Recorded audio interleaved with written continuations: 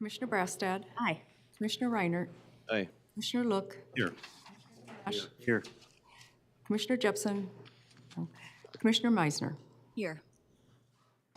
Okay, we have two commissioners that are, one is out of town in DC, working for the county, and the other one, I'm not sure her status, but I trust she'll be coming here soon. The next item is tax claims and abatements. Is there a motion to approve? So moved. Moved by Commissioner Brassad. Second. Second by Commissioner Gamache. Any discussion? Seeing none, roll call vote. Commissioner Reinert, Aye. Commissioner Look, Aye. Commissioner Gamache, Aye. Commissioner Meisner, Aye. Commissioner Brassad. Aye. And that motion passes. Item 5 is consider accepting the regular claims paid over $500 and purchase card claims paid for the period ending March 10th, 2023. Is there a motion to approve? So moved. Moved by Commissioner Gamache. Second. Second by Commissioner Reinert. Any discussion on those? Seeing none, roll call vote. Commissioner Look, Aye. Commissioner Gamache, Aye. Commissioner Meisner, Aye. Commissioner Brassad, Aye. Commissioner Reinert. Aye. And that motion passes. Moving on to item 6, we have approval of minutes for the March 14, 2023 County Board meeting. Okay, motion by Commissioner Brassad, Second. second by Commissioner Meisner. Any changes, additions, subtractions? Seeing none, all those in favor signify by saying aye. Aye. Opposed? That motion passes. Moving on to item 7, we have a couple items under Chair's remarks today. The first is the annual report of the Midwest Medical Examiner's Office. It's based in Ramsey, and the Midwest Medical Examiner's Office is one of the 4 major medical examiners in Minnesota. The office provides scientific, consistent, and compassionate investigation into the circumstances of death, which results in a workload of thousands of cases, usually many hundreds of which require autopsies. The office's forensic pathologists are always busy, and as are the dozens of field investigators, in-office investigators, and office staff. The office contracts with dozens of counties across Minnesota, and they deliver services to western Wisconsin. The office continues to grow, and last year they renewed agreements with several counties and entered into a new agreement with Health Partners, which allowed the Midwest Medical Examiner's Office to become their primary facility for all hospital autopsies in Minnesota and western Wisconsin. In addition to the renewals, the office entered into new agreements to become the appointed medical examiner's office for Pope, Otter Tail, and Lincoln counties. The office takes pride in being fiscally responsible by ensuring the facility, equipment, and staffing are equally aligned with its workflow. In 2022, the morgue cooler project concluded, which increased storage capacity from around 30 decedents to over 50 now. The project made use of existing space, which eliminated the need for a costly expansion. The Medical Examiner Leadership Team continues to monitor its caseloads to ensure it remains in compliance with the National Association of Medical Examiners accreditation requirements, which outlines a maximum autopsy caseload that a forensic pathologist can perform in a calendar year. As a proactive measure, a new forensic pathologist was requested in 2022 and approved for a 2023 budget. And the office is currently recruiting a new forensic pathologist and expects to hire one mid-summer or early fall. Here today to provide the office's report is Dr. Quinn Piper, who's been with us before and has been our chief medical examiner since 2009. Welcome, Dr. Piper. Thank you for being here. Hi, good morning. It's wonderful to be here. Oh, it's a glorious spring day. It's so sunny and beautiful. I'll just get right into it. Each year I come and present the annual summary of deaths that our office investigated for the county of Anoka. This would be for 2022. And then please feel free to interrupt or ask questions at any time. So in 2022, our office investigated a total of 1,815 deaths in Anoka County. Of those, we assumed jurisdiction in 378, or 21%. Assuming jurisdiction means that we are responsible for signing the death certificate whether or not an autopsy has been performed. For the declined cases, those are cases where someone is under the care of a physician, and that physician was willing and able to sign the death certificate. The manner of death by year, we do have a new case management system, and so we'll be able to add more years as we go. Last year was our first year, 2021 was our first year with this system, and so now we have 2021 numbers in blue and 2022 numbers in red. As you can see, there was a significant increase in homicides for 2022, where 2021 there were 0, and last year there were 6. Accidental deaths are also slightly up at 180, and suicides are about the same.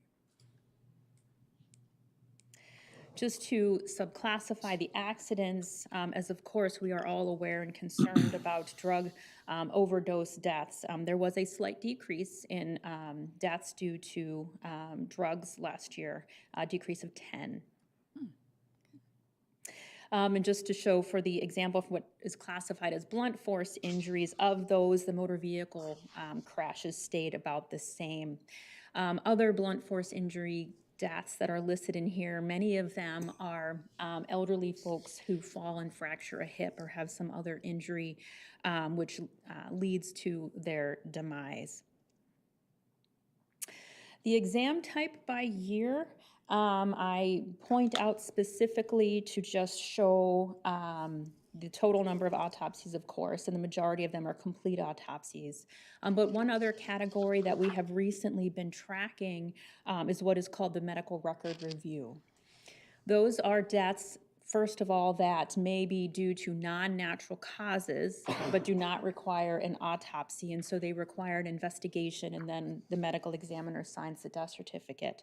Also in that category are individuals who don't have physicians, but have a natural death, and we sign. And then also in that category, unfortunately, are patients who do have clinicians. They are under the care of a clinician, but that clinician refuses to sign the death certificate. Our office makes great efforts to make clinicians comfortable with signing these death certificates, saying we investigated along with law enforcement, and here's the circumstances. And we even give guidelines on how to sign a death certificate, but still there are refusals. And, very occasionally there comes a specific clinic where we note that refusals are just across the board and continuous, and we had that issue with the VA system, unfortunately. And we are so grateful for the assistance and the support and the actions of the county board to work with the VA through lobbyists and such to get them to do that final care for their patients. And it does seem to be improving somewhat, and we have more of a system. When a VA clinician does refuse, we have some steps that we try to take. And then, of course, notify our lobbyists and legislators, say this is what's happening and how can we help this family. So hopefully next year, that increasing red bar of medical record review will go down instead of up. But again, we are very grateful for all of the support and the increasing staffing of our office. As as the more counties we bring on and the more larger communities that we support, the more staff we need. And we've always gotten that support, and we greatly appreciate that. If anybody has any questions for me? Questions, Commissioner Bash? Thank you, Mr. Chair. Thank you, Dr. Piper, for the information. It was good that you mentioned the VA issue that we're continuing to work on. But something struck me as you were talking. I just kind of want to ask this question about the elderly. You said that there was the ones that when there's falls that they have, and you say broken hip or something like that. And this might get too technical. How do we go from a fall for somebody that's maybe 85 and it has other health issues to categorizing it, like you said, in this blunt trauma? Does it require a certain amount of trauma, or because you can think of somebody that might fall and still have other issues that might cause the death? I don't know how you make that determination. That is an excellent question, and honestly, those cases, to be honest, take a lot of time. So what happens is you have an individual maybe who's at home and living independently with maybe diabetes and heart failure, and they trip and fall and break their hip.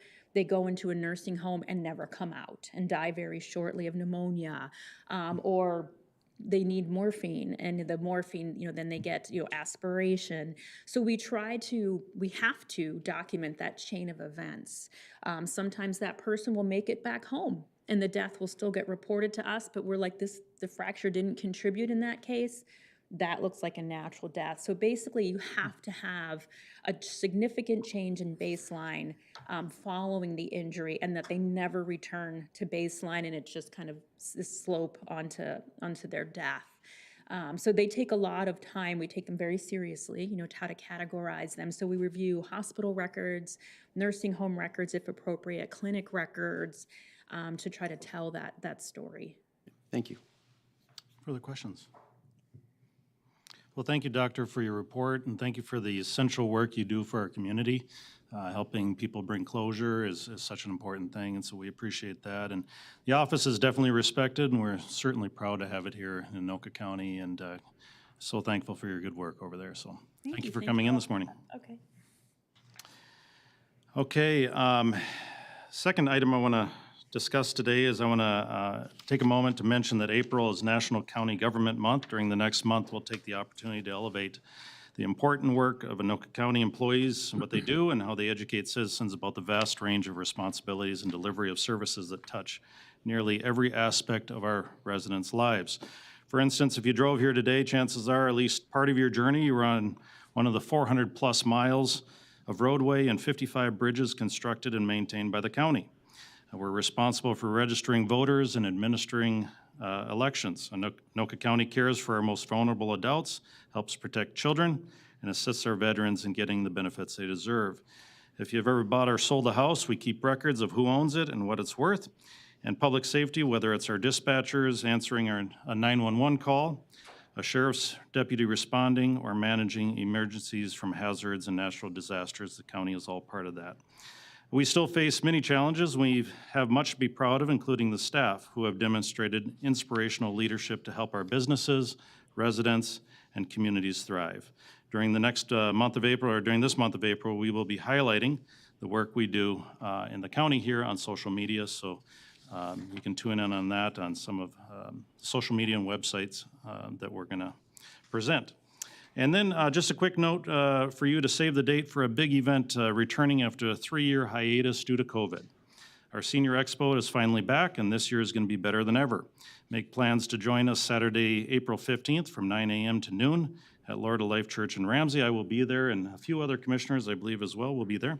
This event features information booths, a free pancake breakfast, which is always a hit, mini massages, blood pressure checks, and entertainment. We hope we'll see you at this always popular event for our seniors and their families. And with that, we will move on to our committee reports, and our Transportation Committee report, Commissioner Brasted. Thank you, Mr. Chair. The Transportation Committee met on March 15th, and we came away with one action item. And that is that the committee recommends approval of a resolution authorizing the Minnesota Commissioner of Transportation to be Anoka County's agent to accept federal funds for eligible transportation projects and entering into a contract with MnDOT prescribing the terms and conditions of said federal aid participation and authorizing the county board chair and county administrator to execute such agreement. So we have Joe here to tell us what this legalese all means and why we have to pass this. Thank you, Commissioner. Good morning, members of the board and Mr. Chair. My name is Joe McPherson. I'm the Chief Officer for the Transportation Division and County Engineer. So this is one of the more important agreements that the county signs every 5 years. As Commissioner Brasted had mentioned, this is really the document or instrument that allows the state to act on our behalf, so the state being MnDOT, on behalf of us to accept our federal funds. And then when we do our federal projects, they accept the funds for us and then transfer them over to us on a reimbursement basis. So as Commissioner Brass had mentioned, this document spells out our roles and responsibilities for both agencies and what to expect. So again, one of the most important documents we sign every 5 years. Is there an offer of the resolution? So moved. Okay, it's offered by Commissioner Reinhardt. Second. Any discussion? There doesn't need. No discussion. Roll call vote. Commissioner Lowe? Aye. Commissioner Gamache. Aye. Commissioner Jepson. Aye. Commissioner Meisner. Aye. Commissioner Brassad. Aye. Commissioner Reiner. Aye. And that resolution passes. And that completes my transportation report. Thank you. Commissioner Brassad. We'll move on to the Finance and Capital Improvements Committee report. We met on March 21st. I have a few action items here, so bear with us as we get through these. First one is the committee recommends the county board approve an amendment to contract C0009657 with Wold Architects for design services for Phase 2 of the ARPA modifications for insured safe services delivery project related to this government center in the amount of $197,500. Is there a motion to approve? So moved. Second. Moved by Commissioner Gamache, second by Commissioner Brassad. Discussion? Seeing none, roll call vote. Commissioner Gamache. Aye. Commissioner Jepson. Aye. Commissioner Meisner. Aye. Commissioner Brassad. Aye. Commissioner Reiner. Aye. Commissioner Look. Aye.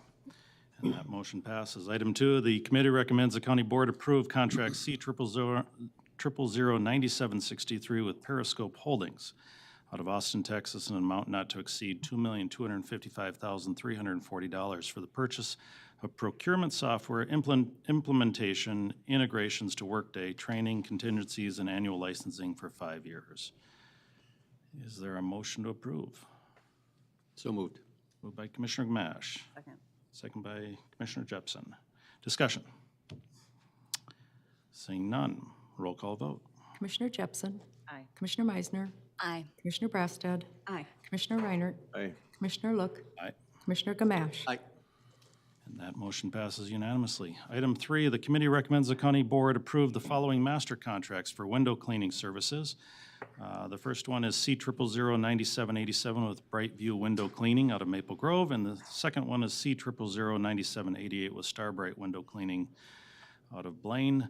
And again, these would be the master contracts that our facilities maintenance people can refer to when need be for cleaning windows in the various different buildings.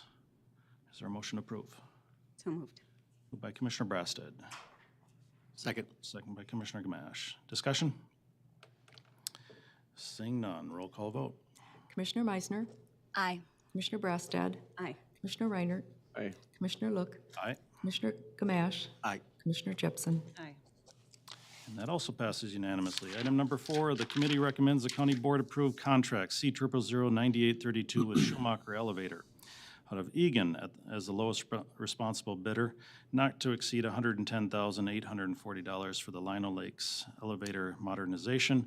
We've had a kind of an ongoing process of upgrading our elevators and meeting the requirements there, and this is one more project that we're looking at here. Is there a motion to approve? So moved. Moved by Commissioner Reinert. Second. Second by Commissioner Gamache. Discussion on this one? Seeing none, roll call vote. Commissioner Brassad. Aye. Commissioner Reiner. Aye. Commissioner Look. Aye. Commissioner Gamache. Aye. Commissioner Jepson. Aye. Commissioner Meisner. Aye.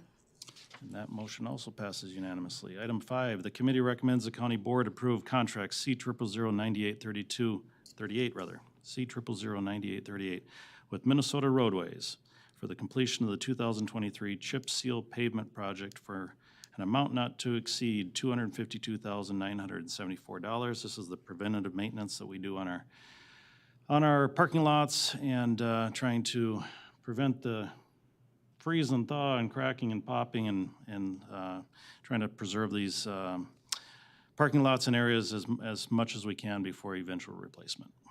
So moved. Moved by Commissioner Jepson, Second. second by Commissioner Gamache. Discussion? Seeing none, roll call vote. Commissioner Reiner. Aye. Commissioner Look. Aye. Commissioner Gamache. Aye. Commissioner Jepson. Aye. Commissioner Meisner. Aye. Commissioner Brassad. Aye. And that motion passes unanimously. The 6th item here is that the committee recommends the county board approve option number 2, which was to reject all bids related to the master construction contracts. You'll see that we went out for master construction contracts on this, and we are going to be implementing the item just prior to this, the procurement software. We're going to have an option to be able to identify contractors that are out there and include them in the opportunity to bid on projects when they become available. So rather than advancing this, we'll wait till this fall, I believe, is when we'll have that implementation, and we'll be able to include a wider range of contractors that are out there for master contracts. Is there a motion to approve item 6?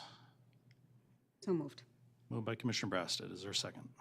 Second, and I believe we're picking option 2, correct? Option 2, yes. So second by Commissioner Reinert, and Commissioner Meisner, do you have a question? Yeah, I do. I'm sorry. I mean, I know you just stated that we're voting for option 2 to reject all the current bids and then wait until the fall. So then are we applying a different formula or different criteria, or we're just revisiting this in the fall? We are, yes, we will be extending the current contracts that we have right now to cover any needs that we have into the fall, and then we're going to have the software program in place to allow us to more effectively reach out to the people that are out there. In Anoka County, we're going to be actually kind of presenting a buy local if you can type of program, which will be emphasizing the ability to reach out to Anoka County businesses to bid on the work that we do here at Anoka County. That's not to say that they'll reply necessarily to the work, but at least they'll be informed of the work, and they'll have the opportunity to bid on the work. We will still be looking at the lowest, most responsible bidder as required by law, but this is just one step forward in trying to have better communication for those tax-paying businesses that are in Anoka County that we want to be able to compete. Thank you. Follow-up question? Quick follow-up, yep. Yeah, okay, so then I think there's 7 currently on this. So the goal is to, like you're saying, spread the net larger.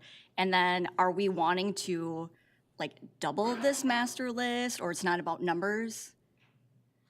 I do not believe it's You know about what I mean? numbers. Like, because this is the master contract, so any vendor on this ultimate list now in the fall will be one of our places that we can just go to automatically. Right, I think, Corey?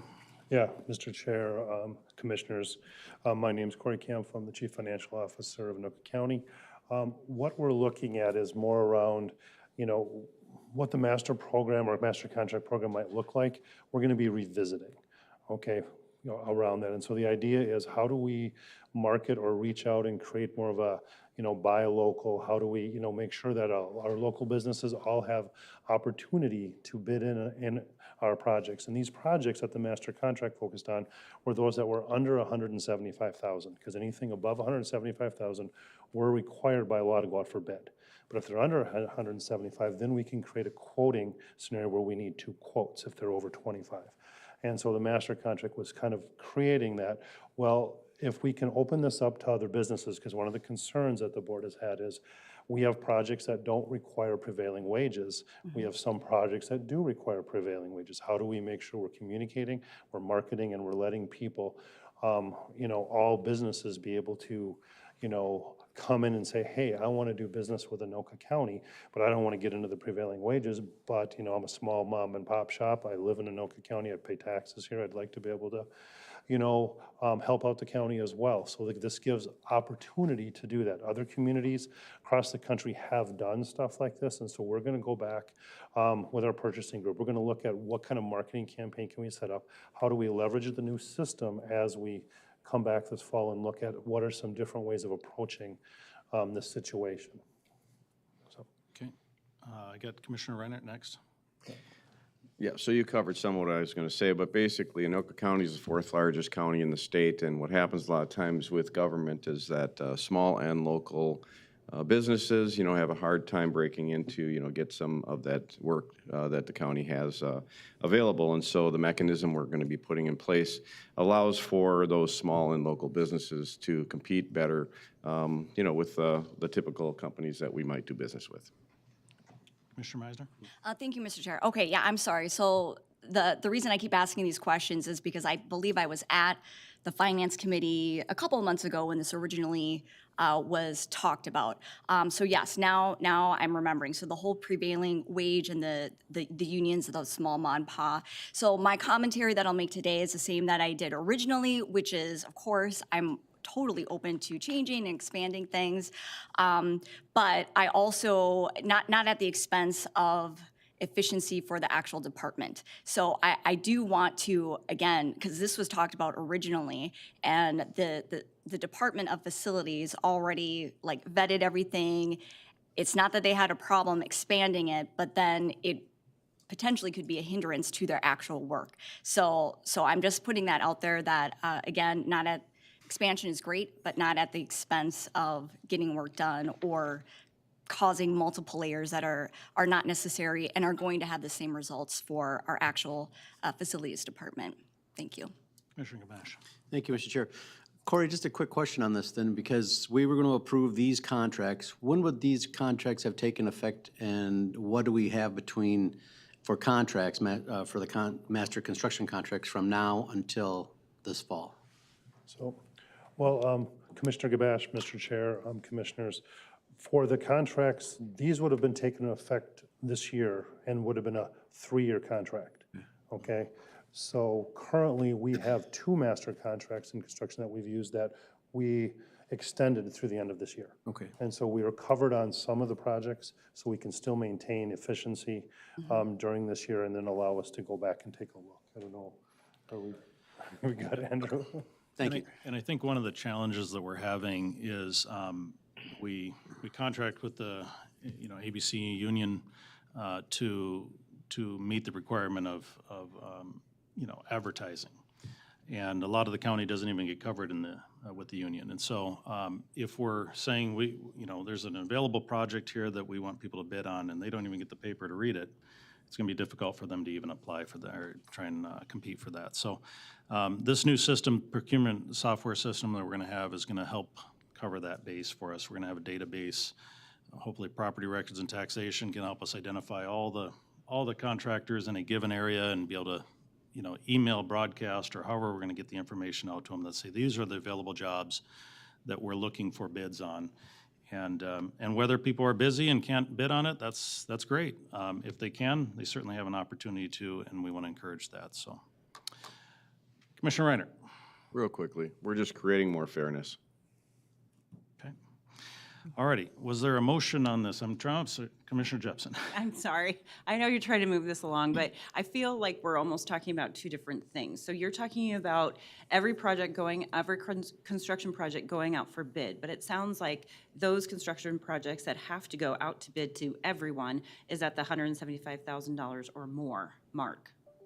What I'm understanding we're talking about are those projects between $25,000 and $174,999 that will be chosen by staff based on these companies that have been chosen to be part of the master contract, correct? Correct. So hasn't the choosing of these companies specifically, you sent out an RFP or request for information to be sent back to you in order for these 7 companies to be chosen. So in effect, all of the companies within the region have been able to respond already to that RFI, correct? Yes, Mr. Chair, members of the committee, Commissioner Jepson, my name is Andrew Dykstra, Director of Facilities Management and Construction. So yes, that process has been followed through on, but the system that you're hearing about and that was approved through Finance Committee and today is going to allow us to truly reach out to everybody. Yes, we put it out there, but has everybody out there been able to see it, right? We did the best that we could, but this new system is going to verify, right, that it is getting out to where we want it to go. And it's also going to give you all as commissioners clarity in terms of who is actually, at least I believe that's how the system's going to work, right? And so we're just trying to be, just to make sure that we're covering, the entire county, right? And that there is no business that's left out of this equation. And so we did the best we could, I think, with what we have available today. But we think we can do better with this new system that was just approved by you folks today. I hope that makes sense. Yes, absolutely. And I'm sure that's been said a number of different ways, and I finally understand it. So thank you very much. Final question. Is it legal, ethical to ask the question if a company pays through Pavilion? I'm sorry, I might be butchering this question. Is it legal to ask of a bidder if they pay prevailing wages. We might need to have Brad weigh in on that and may need to be researched. The county for a long period of time had a prevailing wage policy. And so pursuant to that policy, it was part of the condition that was put on all county contracts. So certainly what they pay and the wages that they pay has been part of the calculus that goes into this. The county has eliminated that prevailing wage policy. And so it's not part of the question, I think, that is asked unless it's part of a state requirement that's coming through in the contracts. Sure. I just don't want us to get in any cherry-picking trouble by hand-picking those who pay prevailing wage versus those who don't, and creating our master contract based on that. I just want to be very cognizant of that. You're good. And I will just clarify that the prevailing wage policy applies to state and federally funded projects. It does not apply to county-only funded projects, and that's specifically what we're referring to here. If this carpet needed a replacement here and we have a small job and there's a mom and pop shop down the street that can do that work for us at a competitive wage, we want to give them an opportunity as a taxpayer within Anoka County to be able to compete for that work. And that has been the will of this board in the past.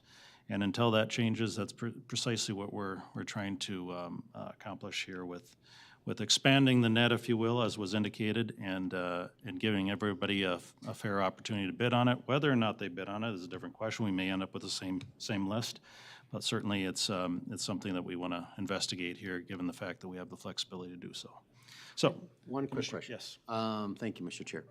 You talked about this was going to be a 3-year contract. So it makes some sense that we hold up and say, wait a minute, we're going to have this new system that'll maybe work better, give us more options. Do we intend to then, after the new system comes in, have 3-year contracts again? Okay. Yes. Thanks. Okay. So we have a motion, a second. Any further comments or questions? Seeing none. All those in favor signify by saying aye. Aye. Opposed? That motion passes. Moving on to item 7, the committee recommends the county board approve the use of dedicated American Rescue Act Plan ARPA funds for broadband expansion city match grants to the city of Columbus in the amount of $300,000 to be distributed, with the first grant application in the amount of $200,000 and the second grant application in the amount of $100,000. Is there a motion to approve? So moved. Moved by Commissioner Mash. Is there a second? Second. Second by Commissioner Reinhardt. I just want to say that I think we have areas of our county that the number one question we get from our builders is there connectivity? That's what people need, that's what people want. With the advent of people working at home, whether it's schooling or work or whatever the case may be, it's absolutely critical for connectivity, and broadband is one solution to that. There's other solutions as well. So we want to definitely thank Columbus and others that are proactively building up that network so that their people have connectivity and they can do the work that they need to do and the schooling that they need to do, and this is one more step in that area. So, all right, there's a motion, a second. Any further discussion? Oh, Commissioner Meisner. Thank you, Mr. Chair. Actually, this is a question not specifically to this particular action, but to the funds granted for this. So the original, I think, was $5 million, and this is coming for you. For, I think, the original $5 million that we allocated, I believe, $150,000 for each of our 21 communities, and then they have a match. Do you know where that's at in terms of some communities need more? And then as a commissioner, is that something that I should be actively following up more so, or are you kind of taking care of that? And Rhonda. Mr. Chair, Commissioners, Commissioner Meisner, I believe it was $3.1 million that was allocated specifically for this matching grant program. Each community was allowed to access $150,000 unless another community passed a resolution giving up their $150,000. That did happen in the case of the city of Lexington, indicated that they would not be utilizing that. So the city of Columbus has now accessed that. I believe that it was also Hilltop that indicated they would not be utilizing theirs. So the city of Now then is accessing for 2 separate projects as well. So we are yet to hear from some of the other communities. I know that Karen and Greg and others are having discussions with them Okay. about that. And I believe it's sometime later this year is kind of their deadline in which to access, and then the county will need to expend those funds and commit those funds because we have deadlines associated with ARPA. Thank you. Thank you. Commissioner Reiner. Yeah, and I guess I would like to, say to the group here today, I was at the annual township meeting for Linwood, and Linwood is looking for other cities that will not be using those dollars. And so if you hear from the cities that you represent that they will not be using those dollars, let me know and we can get that done for the township of Linwood. Further comments? Seeing none, roll call vote. Commissioner Look, Aye. Commissioner Gamache, Aye. Commissioner Jepson, Aye. Commissioner Meisner, Aye. Commissioner Brassad, Aye. Commissioner Reiner. Aye. And that passes unanimously. Item A, the committee recommends the county board approve increasing the impressed cash funds for facilities of $200 related to the parking ramp auto teller. Is there a motion to approve? Moved. Second by Commissioner Brassad. Discussion. These are dollars that you need for people that are paying in cash coming in and out of the parking ramp. No other discussion, roll call vote. Commissioner Look, Aye. Commissioner Gamache, Aye. Commissioner Jepson, Aye. Commissioner Meisner, Aye. Commissioner Brassad, Aye. Commissioner Reiner. Aye. And that motion passes. Item 9, the committee recommends the county board approve establishing an impressed petty cash fund for $500 and an impressed checking account for $5,000 for the county attorney's office. We have our county attorney with us here today. We can hammer him on the need for this if need be. But this is a requirement for their office as it relates to some of the cash needs. I don't know if you want to touch on it. Sure, Mr. Chair, Commissioners, thank you for the opportunity. The County Attorney's Office has had its own separate account, a checking account, going back to the early 1980s, I believe. You have to remember that we are the largest law office of any type north of the Twin Cities, and so we're in the business of practicing law. That means that there are certain things that we need to do as a part of our business function in the county that require us to obtain evidence from other places or to support victims or witnesses when they come to court or come to the government center. And that sometimes requires us to have a little bit of cash on hand and also to be able to write checks out. It's amazing when you look around this world. Well, we do a lot of work with our P-card and a lot of work by requesting money through the budget. There are still places that require us to send them a check or to send them cash, and so that's what this is for. Okay, is there a motion to approve? So moved. Moved by Commissioner Brassad, Second. second by Commissioner Jepson. Any further discussion? Seeing none, roll call vote. Commissioner Gamache, Aye. Commissioner Jepson, Aye. Commissioner Meisner, Aye. Commissioner Brassad, Aye. Commissioner Reiner, Aye. Commissioner Look. Aye. And that motion passes. Item 10 is the committee recommends the county board approve the gift acceptance policy, which will be added to the Anoka County Finance Policies document. I know we have a pretty tight policy around gift acceptance here. This is clarifying that, and I know a lot of people think that there's, all sorts of shenanigans that happen in politics, but this pretty much identifies the fact that that doesn't happen. So, any discussions on this one? Is there a motion to approve? So moved. Second. Moved by Commissioner Reiner, second by Commissioner Gamache. No discussion. All those in favor signify by saying aye. Aye. Opposed? That motion passes. Item 11, the committee recommends the county board approve updates to Section P, the wireless device policy of the Anoka County Financial Policies, which will replace all prior versions or clarifications of the policy. Is there a motion to approve? So moved. Moved by Commissioner Gash, second by Commissioner Jepson. Discussion. Seeing none. All those in favor signify by saying aye. Aye. Opposed? That motion passes. And that concludes my finance report. Commissioner Meisner. Mr. Chair, yeah, before we move on, I do have a couple of questions about the informational items. Actually, there's just two. There was quite a long list for the informational items as well.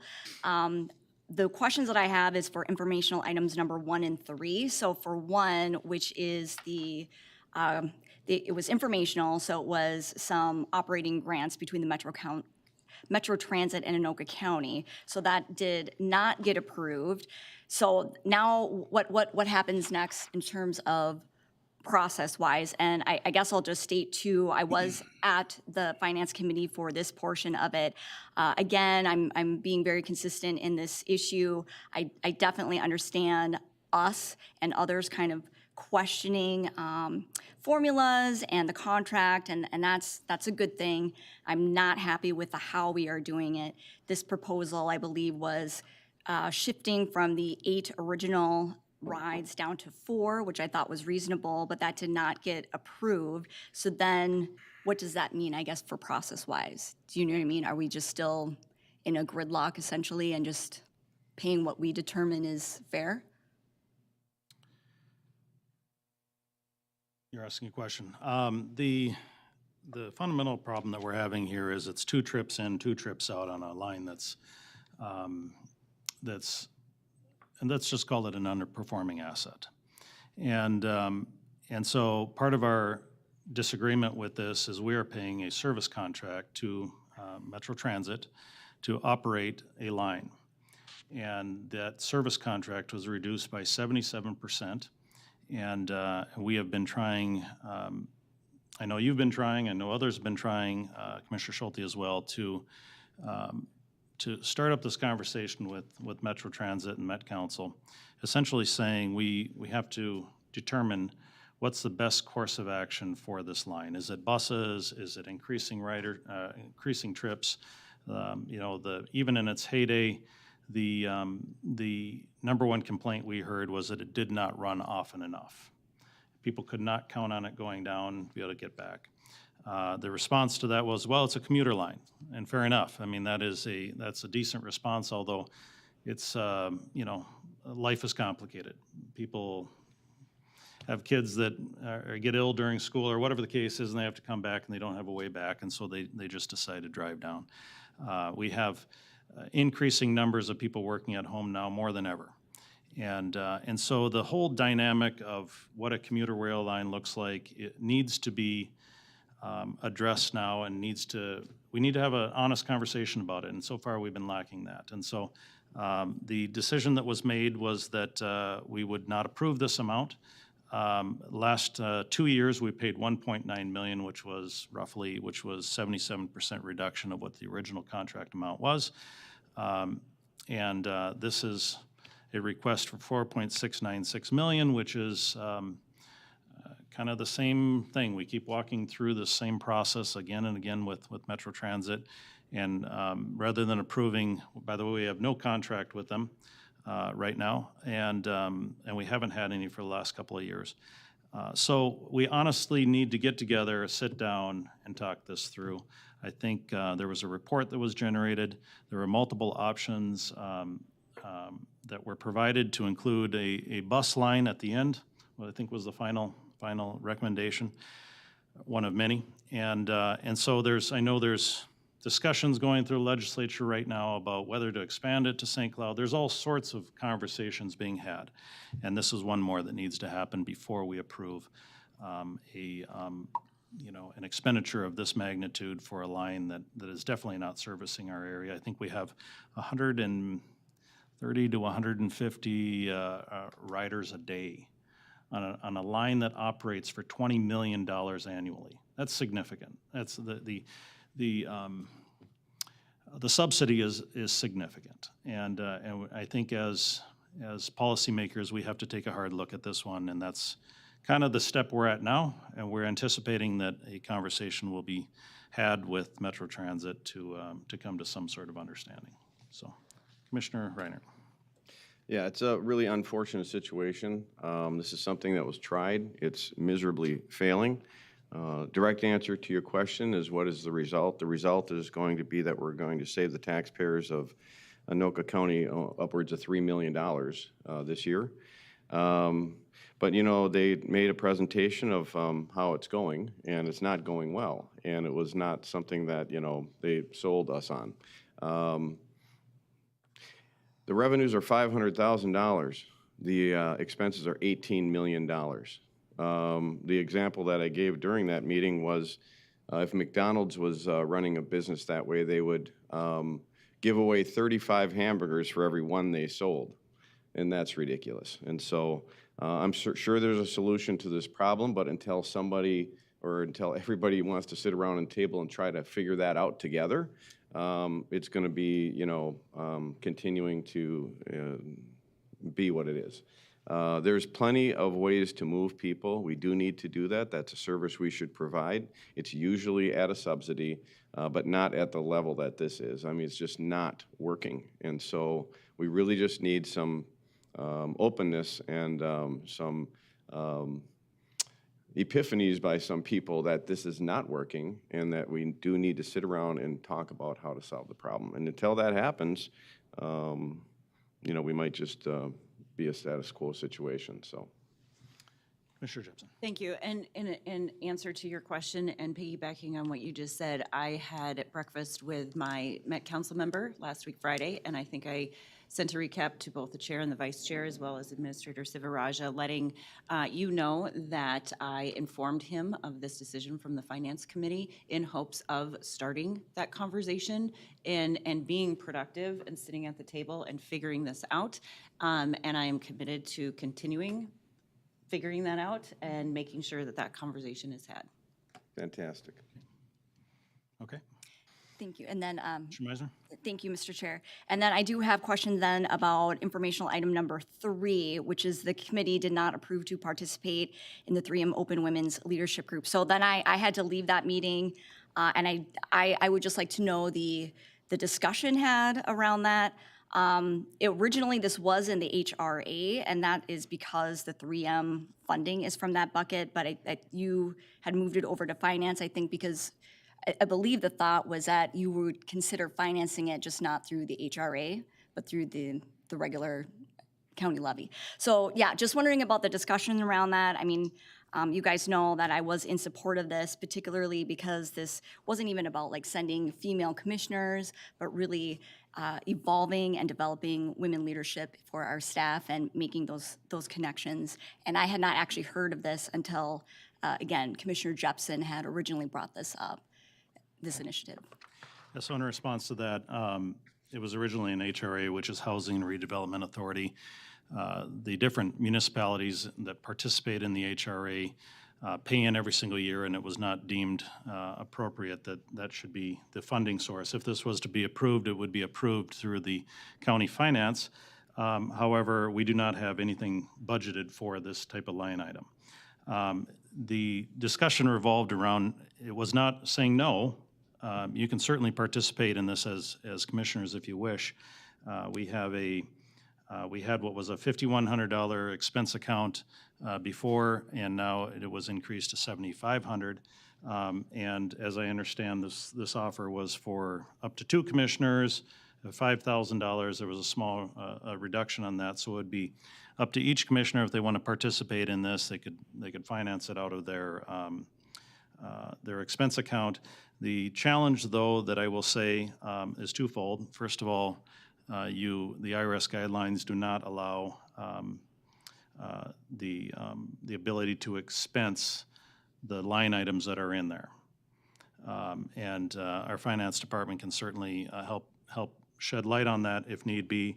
And the second thing is, if we did expense this through an Anoka County budget, we would be subject to auditing on this, which would expose the fact that it's not allowed through that either. Now, I understand the city of Blaine has done this in the past, and that's up to them. But from an Anoka County standpoint, we certainly don't want to subject ourselves to an audit finding that potentially puts us in jeopardy on so many other things. We have many bigger issues that we're dealing with, and we have excellent audit findings every single year, so we want to continue to maintain that record. May have missed something, but Commissioner Jepson. Yeah, I have been really debating back and forth whether to bring this up, but unplanned, unknowingly, Commissioner Meisner, you did bring this up, so I feel the need to discuss it as well. There's a lot of points, Mr. Chair, that you make that I completely agree with. There are a number of points, Mr. Chair, that I completely disagree with. And I don't think right now we need to go into the merits of what we agree on, what we disagree on. I want to respectfully acknowledge the process that this board has created over the years. I think this has turned into a much, much bigger issue and a much bigger discussion points that I have honest concerns with. I think comments that have been made by commissioners during the HRA meeting 2 weeks ago, I think comments that have been made on social media about each other and about colleagues, not just about this issue, but in previous issues towards one another and future colleagues. There's a lot of concern that I have, but my biggest concern specifically with this is the county's position and prioritization on diversity, equity, and inclusion. And I feel that this is a huge opportunity to support women in general, women at the county, women in our community, professionals to develop their leadership skills in this environment. There are so many pros and cons, and I'm more than happy to discuss that at an appropriate time. I just feel that this conversation has gotten way overboard when there are a number of things that we invest in all the time for economic development, professional development, that don't get audited, that don't get looked at under a microscope. For goodness sakes, the sponsorship that we have for the 3M Open, whether you think it's way too much or agree with it, voted for it, it's the reality. And correct me if I'm wrong, I don't think that has been looked under a microscope. I don't think we've gotten audited for that. The funds for that have come from the HRA. And so a minor expense of $5,000, I don't think is gonna raise the red flags. I could be wrong, but I don't think it's gonna raise the red flags for the IRS to do an audit when it's a nonprofit, it's for professional development, it's for women in leadership, if that's how it's chosen to be done. I do think it's important enough to support. So per your recommendation, Mr. Chair, I will gladly put a portion of my reimbursement into this cause if the county would consider matching it or contributing some too, because my involvement, as in my involvement with the City of Blaine, reaped benefit for the City of Blaine, and I feel like my personal involvement and contribution and investment into this organization will reap benefits for the county. Okay. Any further discussion on that? Commissioner Meisner. Thank you, Mr. Chair, and thank you for that offer too, because as you were talking about commissioners could choose to independently give that investment for this. So I'm interested, it sounded like the way you said it, that it's illegal or there would be significant consequences to that. So I'll follow up with that. But in terms of for my financial investment as an independent commissioner, I'm very interested in that. What I'm not interested in per se, and again, to the original suggestion of Commissioner Jepson, was this really isn't about even women commissioners. It would be for opportunities for women staff. So that's what I would be investing for. That would be the intention of kind of, again, the original layout of what Commissioner Jepson talked about at the City of Blaine. But if that is at all possible to do, I would love to do that and give women in Anoka County these options and possibilities, because I do think it sounds like a very good and legitimate program. Okay. If there's no further comments, then that'll conclude the Finance Capital Improvements Committee. We will move on to Human Services and Commissioner Reinert. Okay, thank you, Mr. Chair. So my committee met last week on Tuesday, March 21st at 8:30 in the morning, and there was no public comment. We've got a few items for you to consider today. First, we'll move to the consent agenda. And we do have one item, and that is to basically for the board to ratify medical assistance and general assistance medical expense payments, and I will move that. Okay, there's a motion to approve. Is there a second? Second. Second, moved by Commissioner Reiner, second by Commissioner Meisner. Discussion? Seeing none, roll call vote. Commissioner Jepson. Aye. Commissioner Meisner. Aye. Commissioner Brassad. Aye. Commissioner Reiner. Aye. Commissioner Look. Aye. Commissioner Gamache. Aye.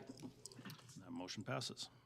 Okay, now we'll move over to social services, and we have a couple items for you there. The first one, we'd like the board to consider to apply for and accept funding from the Minnesota Department of Human Services, Office of Economic Opportunity, grant contract number C0009814, and an amount of up to $1.6 million for homelessness assistance grants from the beginning of July of this year through the end of June 2025.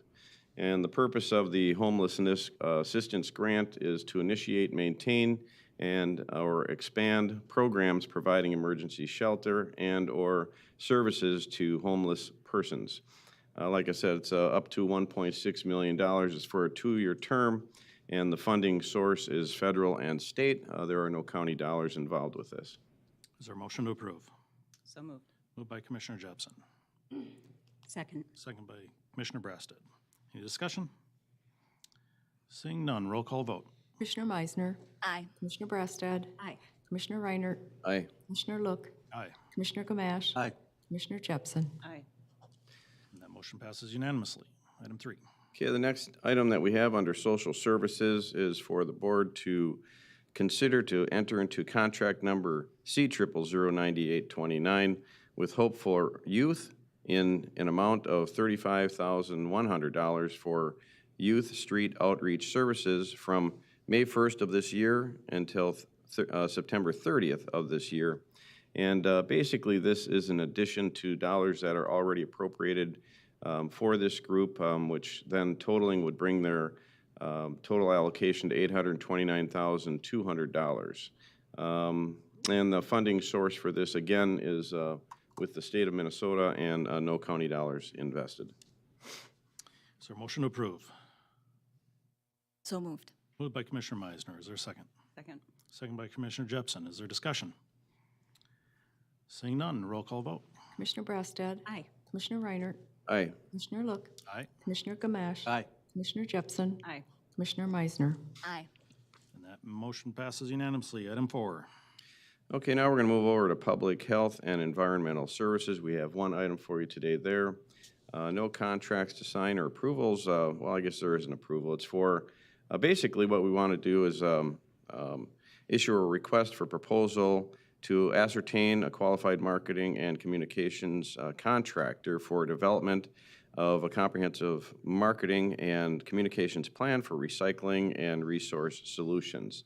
Anoka County provides landfill abatement programs and education to residents, businesses, and other waste generators. Currently, Anoka County has one person doing this work, and we just need additional professional effort to achieve state-mandated goals. So this is an RFP. No numbers yet. There'll be a second part of this. If you approve us to go out for an RFP, then we'll bring back more things to consider in the future. Funding source for this would be the solid waste management charge. Commissioner Brassad. Thank you, Mr. Chair. Just wondering if this isn't something that we could roll into our own communications department. We have professionals there that do all the outreach and communications for most of our other departments. Why are we treating this one different? And if need be, we could use the dollars that would pay for what they're proposing here. We could use those to fund a person if we need extra people in Eric's department. Janelle? Janelle, did you want to step into these waters? Mr. Chair and members of the board. Well, that decision is really a larger organizational decision and discussion. Right now, Recycling Resource Solutions is really needing to really build that capacity. we're really looking at this as being a shorter term work. We're not looking at it being a long-term expense. The RFP that we would be looking to go into would be for 1 year to help kind of build that infrastructure and mechanisms needed then for our current staff to be able to move that work more efficiently and effectively in the future. And so that's really why we're coming for this 1 year contract, to assess that, to see what the workload is, to see the extent of the work. As you guys know, we're really trying to enhance our services, increase levels of communications throughout the community, along with businesses, as we look at trying to meet our recycling goals with the state. So I guess that if you're looking at hiring someone in a different part of the organization, I think that there would need to be more discussion on that. But we're really looking at this for a 1 year contract to really see how far we can get and what our needs are. And we believe that it's going to take a lot of different levels of expertise to get this done and that infrastructure built. Does that make sense? Commissioner Brasted, any follow-up on that? Yes, thank you, Mr. Chair. I know we've made a push to have our own communications department do exactly this type of work so that, you know, our whole branding, so everything that the county sends out looks similar. And they do have the expertise in their department. I guess my question, maybe this might be for our administrator or you, Janelle, has our communications department been asked if they could take on this short-term proposal? Mr. Chair and members of the committee, really looking at it's my belief, based on looking at the proposals of the work, that the magnitude and the amount of work would exceed the current communications capacity.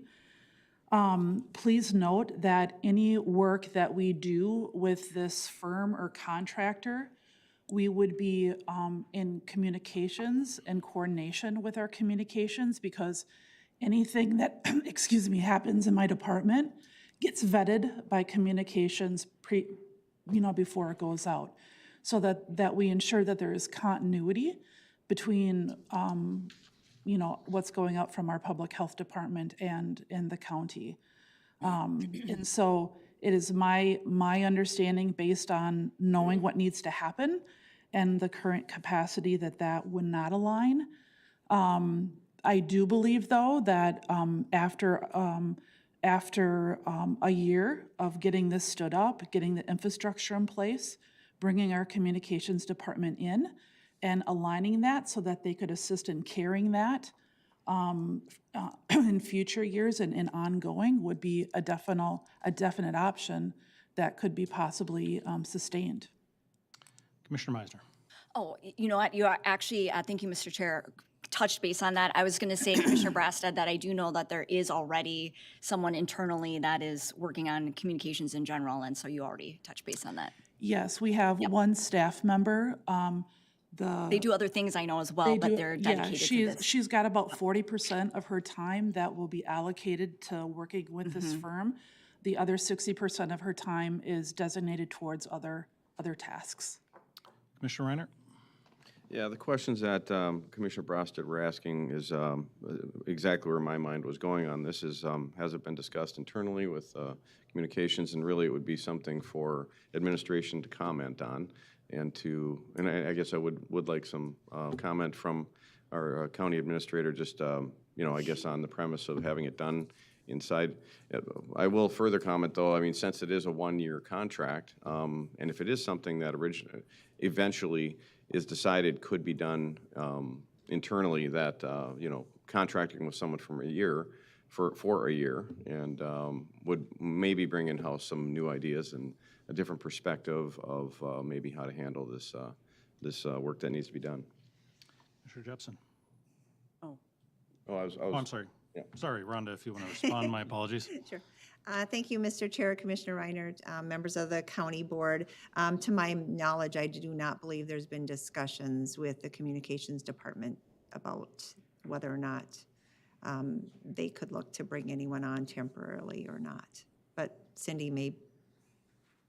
Quick follow-up then. Okay, so based on that though, you're obviously familiar with what's being asked for, and is it something that you feel that the county would consider doing, or is this proper? Well, actually, we don't know what the RFP we don't know what dollars are going to be spent yet because we haven't had the RFP done. Maybe that's the way to go. Have the RFP done, bring it in-house, and if it's in a ridiculous amount of money, well, then maybe we reconsider. I might just suggest that. Cindy? Yeah, Mr. Chair, members of the committee, Cindy Caesar, Human Service Chief. Yeah, I mean, I think that that's something that we consider. I know as a part of this process, Janelle and her team, they did do a significant amount of investigation with the other counties, especially the metro counties. And there are vendors available that have expertise. So they've worked very closely already with this particular area and have some ideas about how to effectively provide information, how to engage the community. So a lot of that collaboration has already been done. So I think it's up to this committee about what direction we should go. If that is going out for an RFP with a provider or otherwise taking a look internal, with our own communications department. So either way, the department would have to work very closely and almost have that person somewhat embedded within the unit because of, I think, the complexity of the different planning and work with the community. Commissioner Jepson. Yeah, thank you, Mr. Chair. So it's my understanding that each of the departments, correct me if I'm wrong, in learning this role, that all of the departments have their own communications expert embedded within the department. For example, I was at the library board meeting yesterday, and they were talking about how they have a specific communications person, knowing the branding, knowing the messaging that is consistent across the board. But Eric's department doesn't have the capacity to handle the magnitude of everything that's demanded of each department. So I'm in full support of this because I understand the quality work that needs to be done in providing these messages that I'm not confident that Eric, not because of his ability whatsoever, but just the magnitude of what he even has on his plate now and what the attention that this campaign deserves. But hearing other commissioners' concerns, I'm wondering if this does move forward, if you could present in 3-6 months an update as to how it's going, what progress has been made, if you weren't already planning on doing that in the first place, and how this has greatly impacted the efforts that this program would hope to solve. Commissioner Reiner. Yeah, I think we're getting ahead of ourselves a little bit here because what we're actually asking for is not to do this. Actually, what we're asking for is to go and do an RFP. There are some companies that are within the Twin Cities that are doing work for some of the other larger counties, and I think that they'd come in and they'd give us an RFP, and then the discussion, whether then to pull the trigger, have a contract with them, do the work, I think that's in the future. I think all we're doing right now is just asking, can we go out for an RFP? And then I think the next step is to say, should we do it or not? And then we'll have all the information that we need at that time to make that decision. Yeah, I agree with Commissioner Reinert. I think that seems to be the process. I think we talked about graphics and the importance of maintaining our graphics across the county, that it's all, similar in nature. But then there's also the metrics and there's the marketing analysis of how do we reach people that are, as we discussed, don't have emails or are more difficult to reach, that sort of thing. And I'm not sure that I don't want to disparage Eric's work, maybe he's a professional in this area, but I don't know that we've asked him to do that type of work before. The question I would have, though, is we seem to be doing a lot more of this type of work across the county for various different departments. And whether it's reaching out with transportation or whoever may have this type of need. So it might be something that we should look at into the future of adding a position to cover the wide spectrum of work that's out there, whether it's library, whether, who might have that need.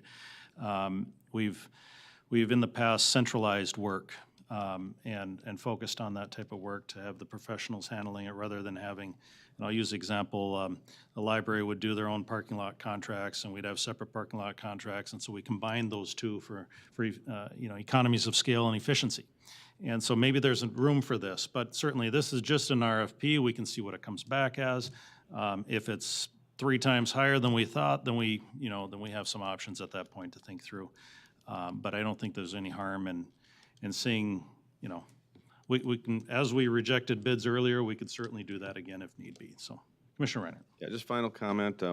I'm hoping that this does pass because I'd like to get that information from the RFP of what a professional company would do for us. It'll actually would give our communications department a lot of information about what's actually involved with this kind of promotion. But I do also want to thank Commissioner Brosted for bringing this up. And then, that can be added to the conversation, and I'm hoping that this passes today. So thank you. Okay, we do not have a motion or a second. I'd move approval. Okay, there's a motion by Commissioner Reiner, second by Commissioner Jepson. Further discussion on this? Seeing none, all those in favor signify by saying aye. Aye. Aye. Opposed? The motion passes. Thank you. All right, now we'll move to community corrections, and we do have a couple items there for you. Let's see, number 5 here is to consider recommending that the county board approve of the 2023 Anoka County Community Corrections Interim Comprehensive Plan for submission to the Minnesota Department of Corrections in compliance with Minnesota State Statute 401.06. And Anoka County has participated in the Community Corrections Act since 1976, and it requires a bi-yearly comprehensive plan to the state, and there's no dollars involved with this except for staff time, of course. We did have a good presentation of this at our Human Services meeting, and this is the, like I said, bi-yearly comprehensive plan. Basically, we're just approving it. And this was, I believe, sent to us, Mr. Workington sent to us via email. I don't know that you need to comment on it, but I think it was sent to us via email, so we each have a chance to look over this comprehensive plan. Is there a motion to approve it? So moved. Moved by Commissioner Meisner.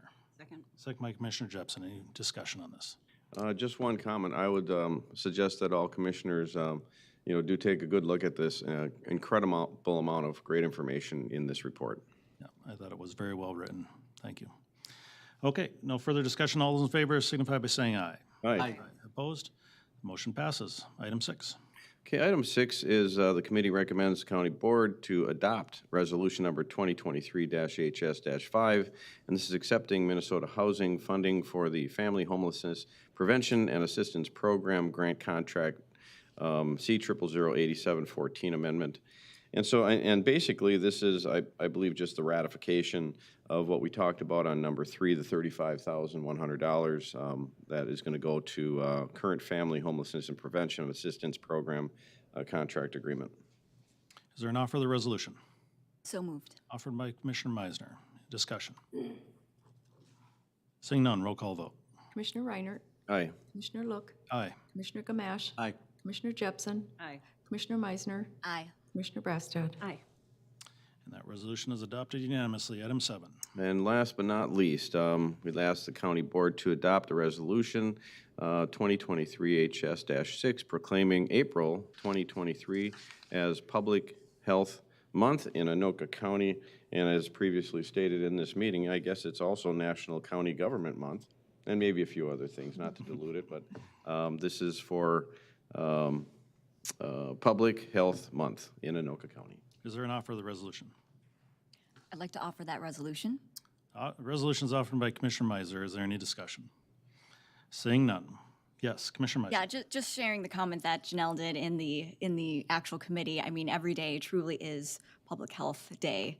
And then just acknowledging all the work that you guys are doing. But thank you so much. Okay, without any further discussion, all those in favor signify by saying aye. Aye. Opposed? That motion Motion passes. And, Mr. Chair, that does conclude my action items today, but we do have one informational. So during the meeting, too, there was 20 positions in Human Services that we moved from contingent positions to permanent. And they are contingent because they're based on funding sources outside of Anoka County. And but we've gotten some confirmation that those funding sources are going to be continuous. And so since they're continuous, we're making them permanent instead of contingent positions. And, you know, there's a lot of upside to that in just from the people that are working in those positions. I mean, if you're working for the Anoka County, and even if you've been here a half dozen or a dozen years, and your position says contingent, that's got to make you a little bit nervous if you're working and you have a family to feed and everything else. And so really happy to see that we were able to do this, just if for no other reason, those employees having a little bit more assurance that they're a permanent position and that they will be here for a while. So just wanted to mention that, and that completes my report, Mr. Chair. Thank you, Commissioner Reinert. We'll move on to the Information Technology Committee report, and Commissioner Gamache. Thank you, Mr. Chair. The IT Committee met March 21st. We had no public comments. We have just one action item. We're requesting that the county board approve a purchase from the Office of Minute, which is Minnesota IT Services, in the amount of $101,800 with a change order of $19,000 for a total of $120,800 for a 2-year agreement. The county currently uses 2 traditional anti-malware solutions on workstations. Although the current solutions are fully supported and help protect our environment, the industry is moving to a new generation of anti-malware solutions called Endpoint Detection and Response, which is EDR.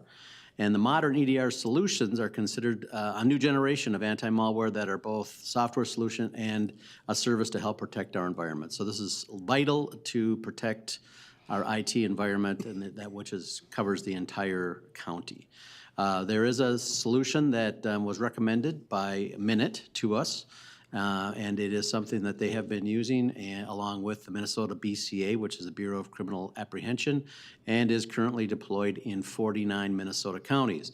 Anoka County will be the largest county in the state to use this software. So we're excited about it. It comes in as, and I can have Susan go over some more details, it comes in as a little bit of a possible savings because we're not paying for the entire work that the software does. Minute has it for us. So Susan, if I wanted to add a few things that just touch base on that part of it. Certainly. Good morning, Mr. Chair, members of the county board. I'm Susan Vreel, I'm the county's chief information officer.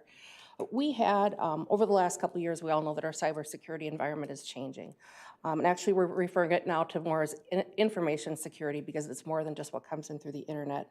And the Endpoint Protection Initiative was something that was a part originally a couple years back of our CEP, in that it gives us the ability to, we have folks after hours at night on the weekends that are accessing email, they're accessing files. And if something were to come in, the time that it would take for us to find out about it and mitigate it could be too late. And so the reason we were exploring this technology a couple years ago is we knew it was coming out in the market. We also knew that there was an opportunity through ARPA dollars to potentially fund this for the first couple of years. When we presented this as an ARPA item a year ago, we were looking at a cost of approximately $225,000. We also did some more research after that because we were really just learning, is it worth $225,000? What does it really mean? What does the technology look like? And so we took a step back and looked at a couple of products. One, even higher than the 225 mark, but then 2, connected with our friends at the BCA and Minute to get a sense of what they were doing. And so this product that they're offering would be available to counties on a 2-year agreement. It's a significant cut back from the cost we thought we would be spending, and we think the product is going to give us that protection that we need. Now, right now, their discount is a little bit more than 70% off what we would get if we were to go out by ourselves. So with that big county collective, we've got some opportunities there from a cost savings perspective.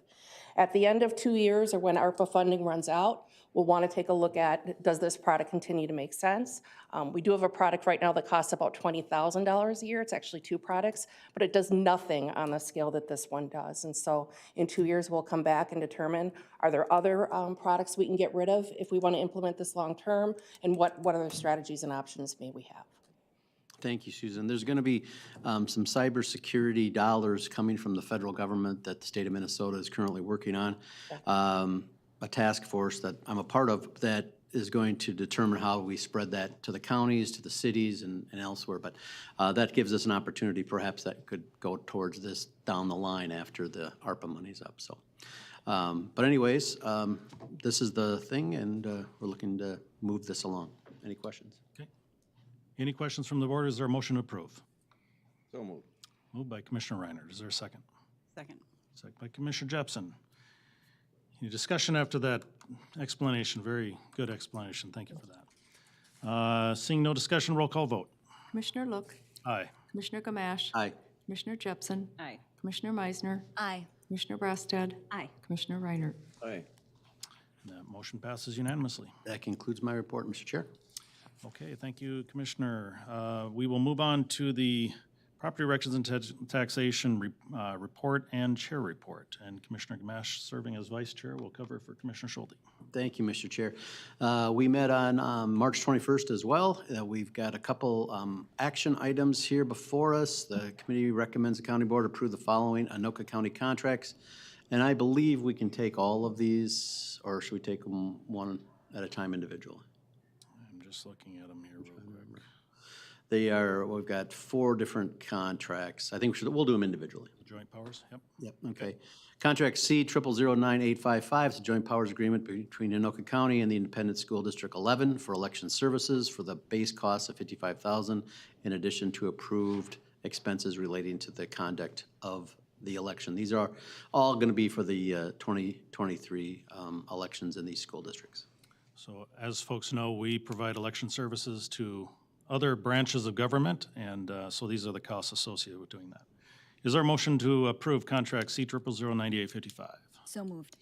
Moved by Commissioner Meisner. Second. Second by Commissioner Gamache. Any discussion? Seeing none, roll call vote. Commissioner Gamache. Aye. Commissioner Jepson, Aye. Commissioner Meisner, Aye. Commissioner Brassad, Aye. Commissioner Reinert, Aye. Commissioner Look. Aye. The item B is contract C 009856, joint powers agreement between Anoka County and Independent School District 13 for election services for the base total cost of $4,000 in addition to approved expenses related to the conduct of the election. Is there a motion for item B? So moved. Moved by Commissioner Jepson. Second. Second. Second by Commissioner Gamache. Any discussion? Seeing none, roll call vote. Commissioner Jepson, Aye. Commissioner Meisner, Aye. Commissioner Brassad, Aye. Commissioner Reinert, Aye. Commissioner Look, Aye. Commissioner Gamache. Aye. Item C is contract C 009857, joint powers agreement between Anoka County and Independent School District 14 for election services for the base cost of $2,000 per precinct in addition to approved expenses related to the conduct of the election. Is there a motion to approve item C? So moved. Moved by Commissioner Meisner. Second. Second by Commissioner Jepson. Discussion. Seeing none, roll call vote. Commissioner Meisner, Aye. Commissioner Brassad, Aye. Commissioner Reinert, Aye. Commissioner Look, Aye. Commissioner Gamache, Aye. Commissioner Jepson. Aye. And item D is contract C 009858, joint powers agreement between Oka County and Independent School District 16 for election services for the base total cost of $4,000 in addition to approved expenses related to the conduct of the election. Is there a motion for item D? So moved. Moved by Commissioner Jepson. Is there a second? Second. Second by Commissioner Meisner. Discussion. Seeing none, roll call vote. Commissioner Brassad, Aye. Commissioner Reinert, Aye. Commissioner Look, Aye. Commissioner Gamache, Aye. Commissioner Jepson, Aye. Commissioner Meisner. Aye. And that passes unanimously. And everything else on this was informational, so that concludes the property tax report for that.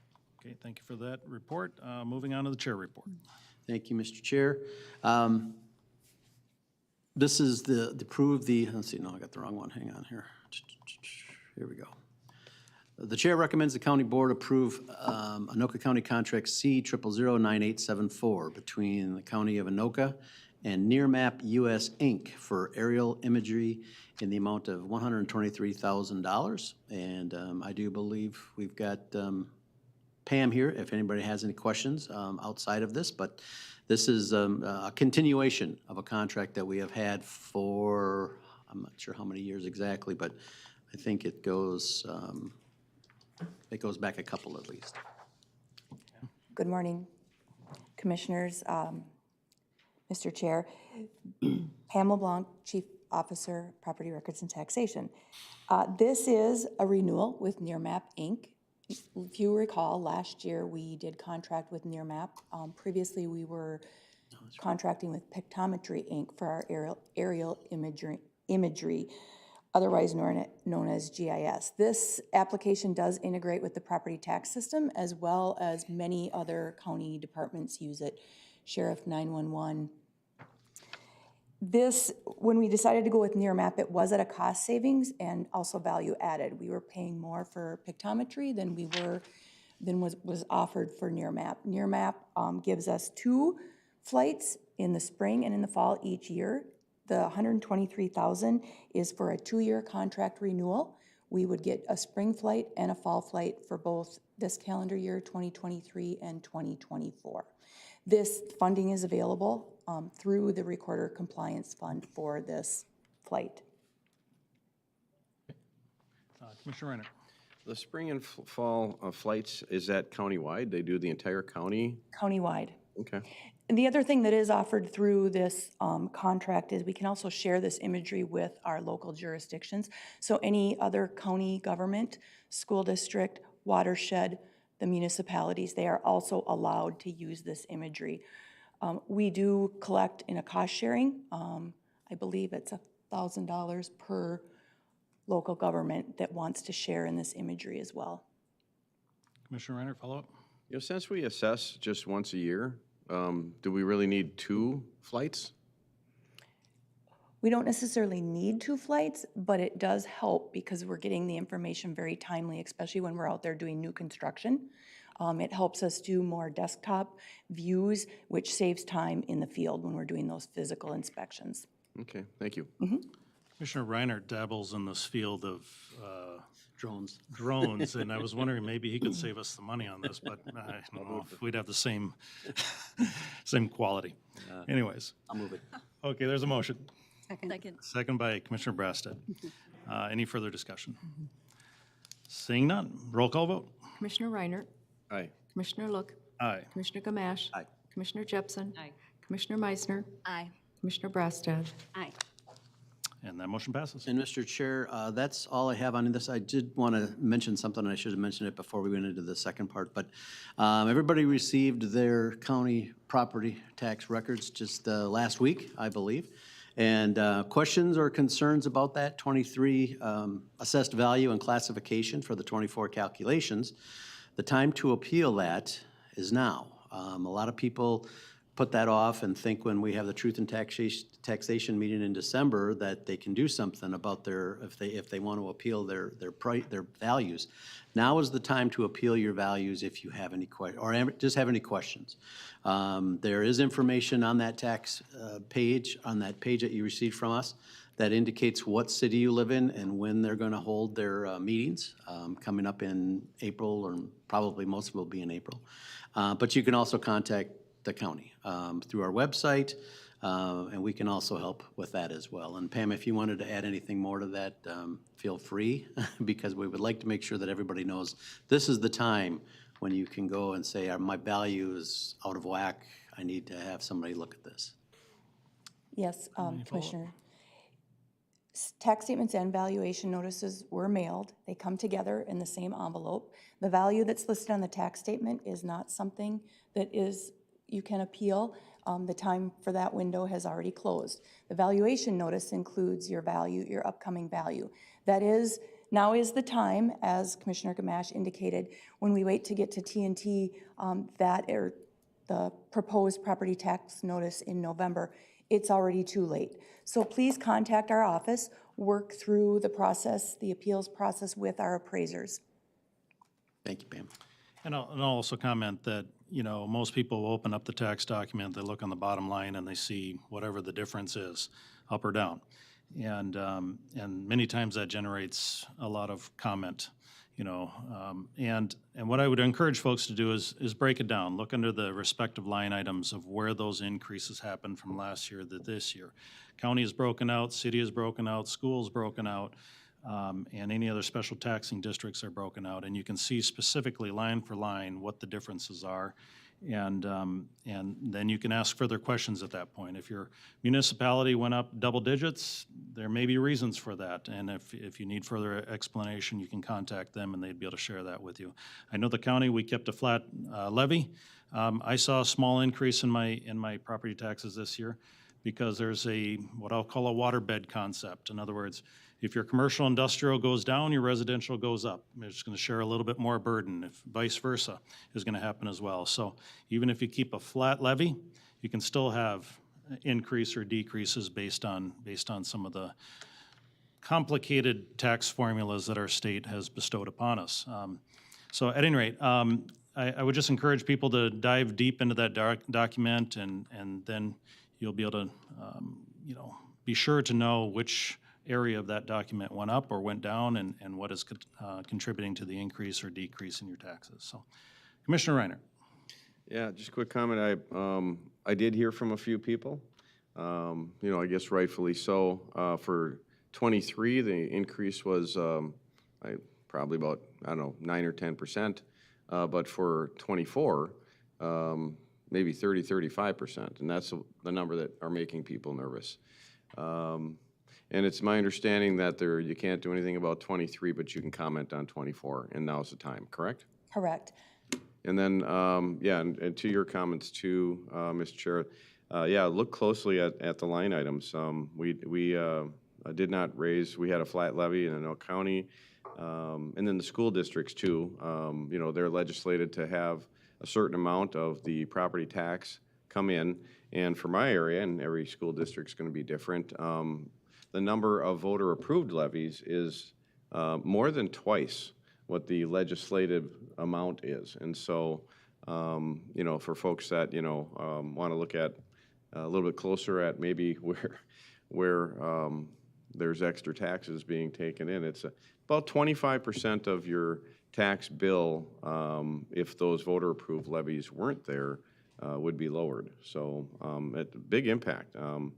And that's just, how they spend it and everything else, and that's up to everyone to determine whether or not that's good or bad and how they do it. So, but yeah, the 30 to 35% increase, that looks like it might be coming, and it may not be that, right? It's just that's what it looks like today, and so that's what you have to put on the form, correct? Correct, Commissioner Reiner.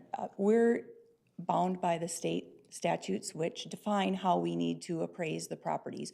We're dealing with the market and the sales that happened a year and a half ago, and that's how we have to establish the value of the property for mass appraisal and tax purposes. That doesn't necessarily reflect the value right now today. It's just a way of by valuating the property, then we're able to distribute the property tax for everybody's fair share. So when the market goes up, everybody's value really across the board. That could mean that the tax implications are neutral because everybody's value is going up. Or if there's a shift in sales in the CI versus residential, it's all kind of a shift and a way to distribute the property tax dollars. So the other thing I did want to comment on as well is the property tax refund. There are 2 property tax refunds here in Minnesota. They are established and administered by the state, but there are a lot more individuals and property owners that could qualify for them now, so they need to check. We do have information on our website. It's on the back of the property tax statement, as well there's a link to the state's website to figure out how to apply for that refund.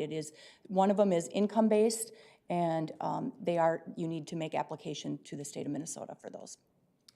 I will just like to say thank you, Pam, for your hard work and the work of your department, because these are trying times for you. I mean, people come in hot, and you're able to settle them down. You're able to give them the information they're looking for. And I think many times people say, oh, okay, and they realize that it's not necessarily the picture that they thought, but it's responsible, and when you break it down, it's easier to understand. And you guys do a great job of that, so thank you for the hard work you do. Thank you. Property tax in Minnesota is very complex. Yeah, it is. That concludes my report. All righty, thank you. Thank you, Commissioner Gamache, for that. We'll move on to the Public Safety Committee report, and Commissioner Brasted. Thank you, Mr. Chair. The committee met on March 15th, and there was no one there for public comment. We do have 3 action items, though. The first one is that the committee recommends the county board approve amendment number 1 to the management control agreement between Anoka County, various cities, and the Anoka County Joint Law Enforcement Council to extend the agreement for a certain term to be negotiated by the attorney's office of not more than 5 years. So what this amendment is addressing is the management, basically, of our emergency controls communications department. And we need to have this in place because we have to be in compliance with the BCA and the FBI requirements related to dispatch centers' access to CJIS. And so this is kind of a housekeeping issue. Right now, it's not changing the management of the 911 dispatch. It's still staying under our sheriff's office. So this is just putting it in writing and getting back in a current agreement. So I'll move that. It's been moved by Commissioner Brassad. Is there a second? I'll second. Second by Commissioner Gamache. Discussion? Commissioner Reiner. So just an extension of exactly what we're doing now for 5 years. Pretty much. Okay, thank you. Any further discussion? Yes. Mr. Chair. County Attorney. Mr. Chair and Commissioners, I would recommend that the county board approve this. It, of course, has to be agreed to by the Joint Law Enforcement Council as well. I would also recommend, and I've talked to the chiefs, the CLEOs in the county, and they're supportive of a 5-year renewal as well. And so if you put that in to the contract, that it's a 5-year renewal, it'll go to the Joint Law Enforcement Council after it's signed off on by the county. Joint Law Enforcement Council, I will support a 5-year renewal of it as well, and I expect the chiefs will as well. And Cleo is Chief Law Enforcement Officers. Got it. For those folks It's the out there in chiefs. TV land. It's the chiefs. It's the Chiefs. Very good. So there's a motion and a second. Any further discussion on this one? Seeing none, roll call vote. Commissioner Look, Aye. Commissioner Gamache, Aye. Commissioner Jepson, Aye. Commissioner Meisner, Aye. Commissioner Brassad, Aye. Commissioner Reiner. Aye. And that motion passes unanimously. Item 2. The committee recommends the county board approve the purchase of 1-year licenses for 100 users from Prepared Live in the amount of $18,000 to be paid by 911 funds. So what this service will do, it will provide for a dispatcher to send a link to a 911 caller so that they can live stream video or send a picture directly to the dispatcher. So we think this will help to make sure that the right number of first responders are dispatched. It can expedite a picture for missing children or a vulnerable adult. So we're going to try this out for 1 year at the $18,000 price and then reevaluate the value of it. Okay. Is there a motion to approve? So moved. Moved by Commissioner Gamache. Second. Second by Commissioner Jepson. Discussion? Mr. Chair? Yes. Commissioner Meisner. Thank you, Mr. Chair. Just a question. So currently there are or are not video components also used? I think that there Like is minimal, I some think, right? things, very minimal, and what this does is if there is a caller, they call the dispatch. Dispatch can send an easy, quick link for a caller to utilize in case a caller doesn't know what to do. And then if it's a video or a picture and it goes to dispatch, a lot of really violent and some pictures that some dispatchers don't want to use or look at themselves, but they want to forward on to first responders. They also will have the opportunity to like blur out what is coming across to them, but then when it goes to first responders, they can see it clearly. So there's some different values within this, and I think for 100 licenses for $18,000, we can use this for a year. Yep. And I think 911 is pretty excited about this opportunity. Follow-up, Commissioner Yeah, Meisner? just a follow-up comment. So thank you very much for going into those details, and I'm actually really happy about the option and control that they will have about blurring out those images, because I was also going to have an original question about, secondary trauma and what are we doing to, support mental health. That is obviously going to happen if you're seeing graphic pictures on top of the graphic interaction that you're, having with a human being on the other end of the line anyway. But that actually gives me a little bit of, I don't know if comfort is the right word, but okay, thank you. I believe we have a motion, a second on this. Losing track. Okay. Any further discussion? Seeing none, roll call vote. Commissioner Look, Aye.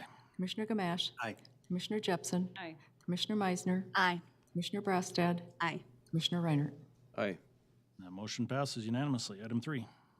Okay, this is a renewal of a grant that we have been receiving in past years, and it is the High Intensity Drug Trafficking Areas Grant Agreement between the Office of the President, the Office of National Drug Control Policy, and the Anoka County Sheriff's Office in the amount of $159,862 for a term of January 1st, 2023 through December 31st, 2024.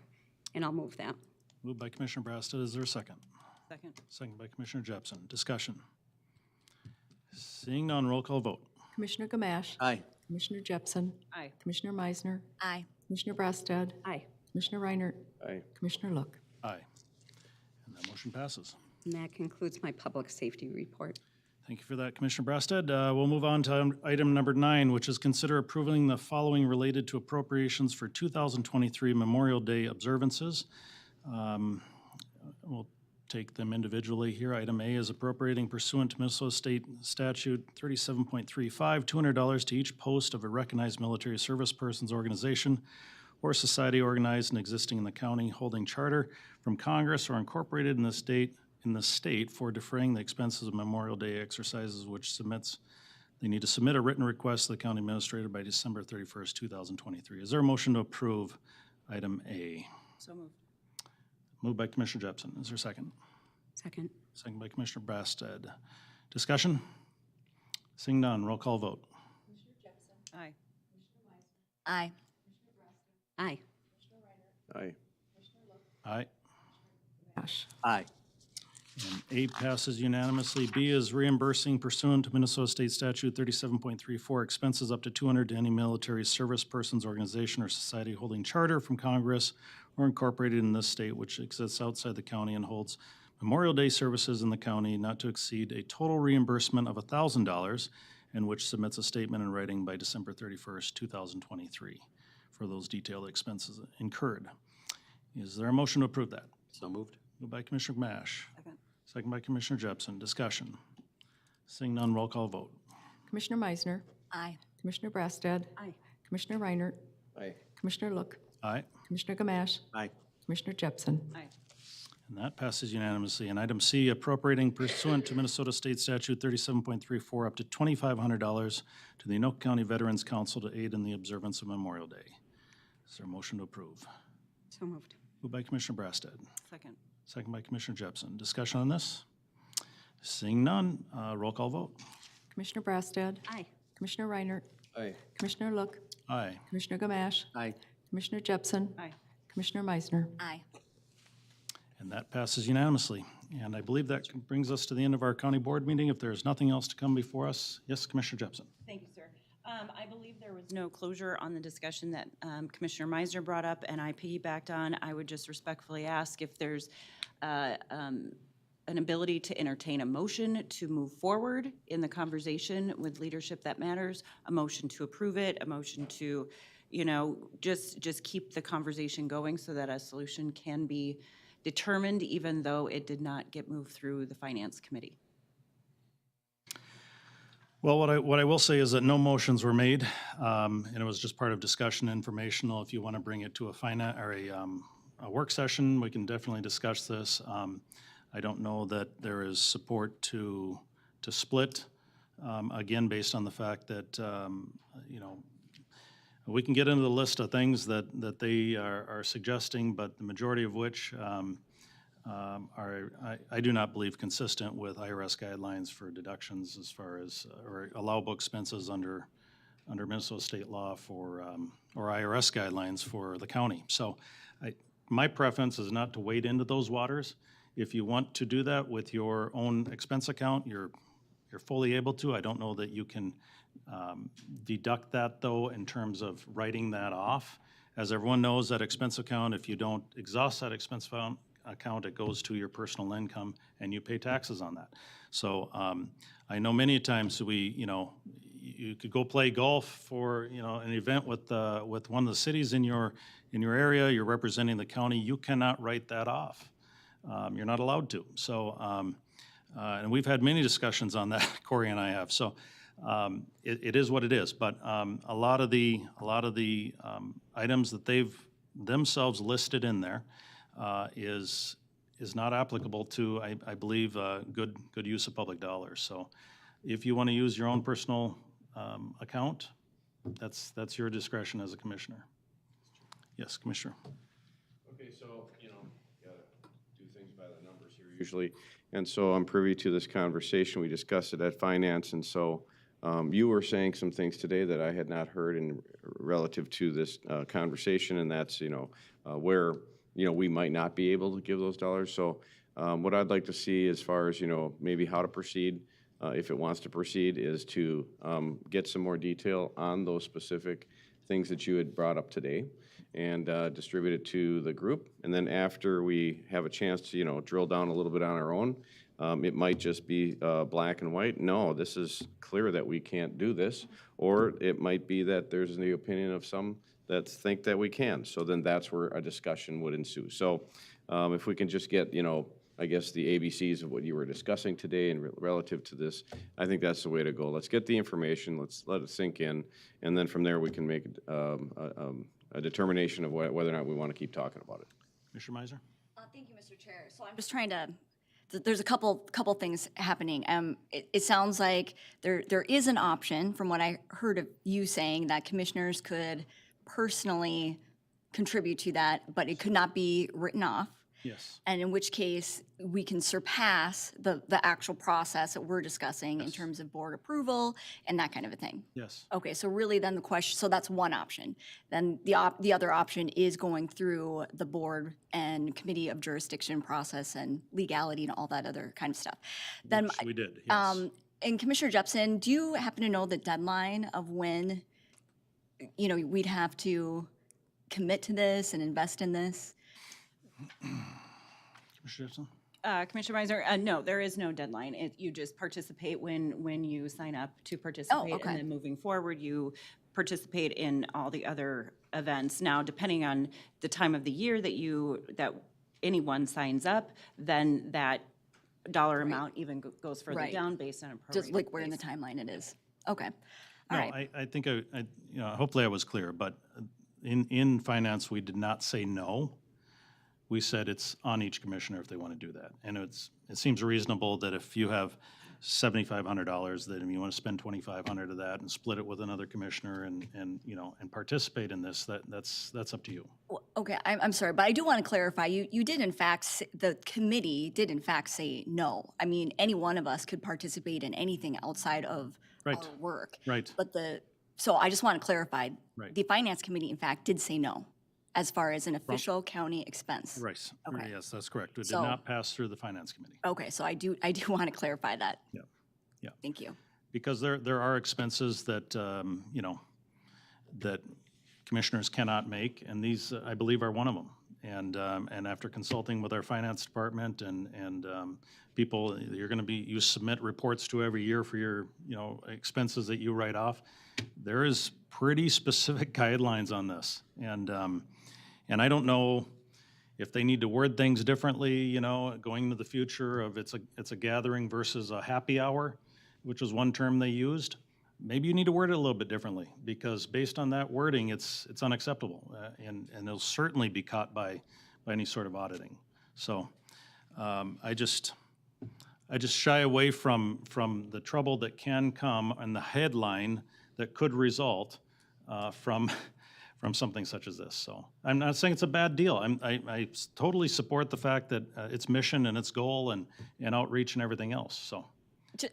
I'm sorry, just a follow-up comment on that. I mean, I do hear what you're saying in terms of the optics essentially in the language, but I think you're really picking on this one because there are plenty of events that have similar language that we do invest in, that we do attend for the benefits that, we talked about earlier. So I think it's interesting that we, for whatever reasons, are picking specifically a woman leadership development and now saying, ooh, let's take this with a fine-tooth comb because, the language. I don't So that- agree with you at all on that. This has nothing to do with women, and you even have expressed that. The both of you have expressed this has nothing to do with women, it has to do with leadership.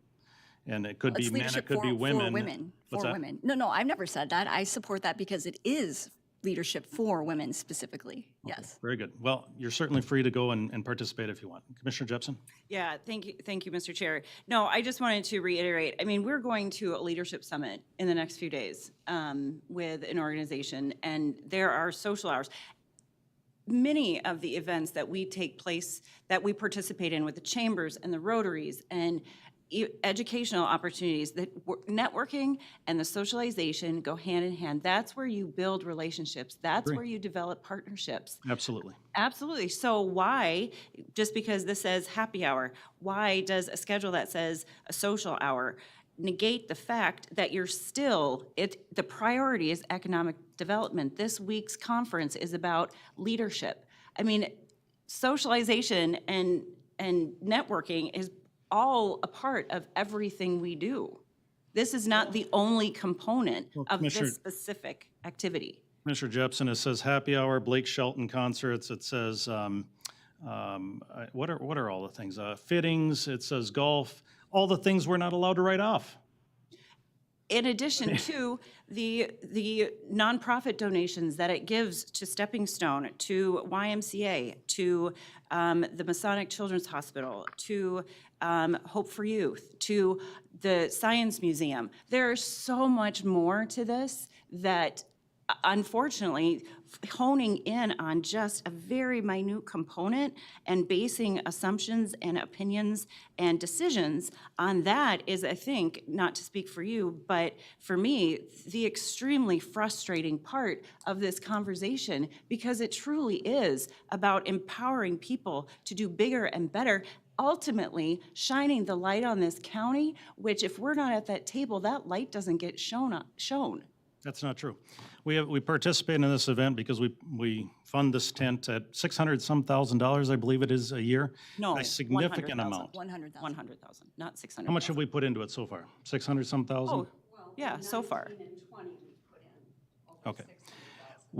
For the event. And a lot of the events are included in that participation of that tent, not as a result of that,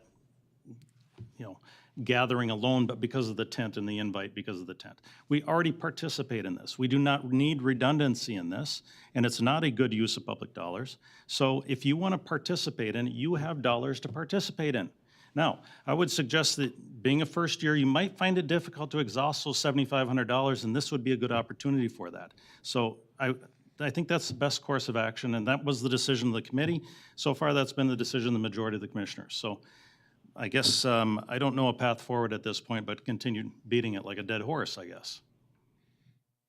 Yes, Commissioner Gamache. Just quick, I think what Commissioner Reinert had mentioned about gathering more information, perhaps from Corey, his team, or even HR, whichever it might come from, would be a good next step to at least understand all the breakdowns regarding the golfing issues. We all learned about that right from the start when we first took office, about how you can't pay for golf. Okay, fine, we don't do that. And whether it's a chamber event or whomever, or a fundraising event, whatever it might be, you can't do it. But this might be different because it's not focused just solely on that, and there's other options, there's other things going on beyond that. I'm glad I wouldn't have to go to a Blake Shelton concert, but that's just my own personal opinion. But I think we need that information. I think we need to at least be able to say, this is what can be deducted and this what can't be deducted, and figure out what the legality is, and then I think we can move forward on at least partially look at this, and then see down the road, perhaps, if it looks like it's doing things that we want it to do and it's successful, maybe we talk about it later on in upcoming years. But at least we just need to get that part done, and I think Commissioner Reiner had already put that out there. So whatever we can do to move that forward. So I think there's consensus on that. I think staff can generate I know there's reports already on what can and cannot be deducted, and I know that staff can compile that for us as well. So hopefully staff has direction to do that. Okay, very good. If there's nothing else to come before our board meeting, we will stand adjourned. Thank you.